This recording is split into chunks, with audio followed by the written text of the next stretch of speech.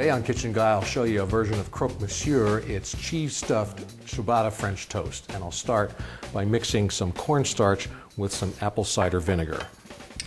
Now I'll come over to my saute pan where I've got some butter melting, and I'll add some shallots, saute them, and add the cornstarch slurry to that mixture to thicken it up.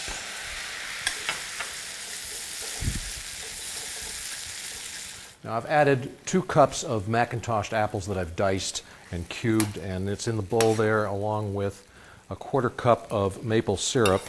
And I'm going to bring it to a boil, then reduce it to a simmer until it thickens up and the apples have softened.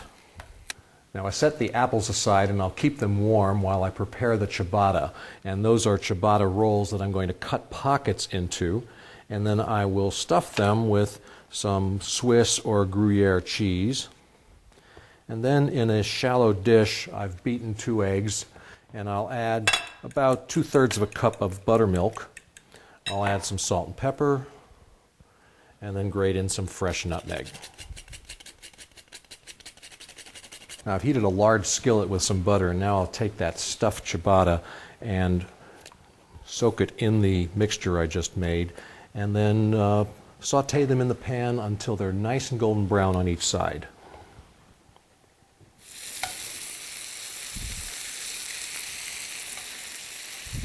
And the cheese is melted inside, and those delicious apples are covering the toasted ciabatta rolls, and I've garnished it with some toasted pecans.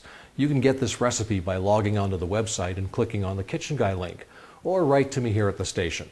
I'm Chef Jim. Thanks for watching the tastiest 2 minutes in television. It's Kitchen Guy, and I'll see you next time.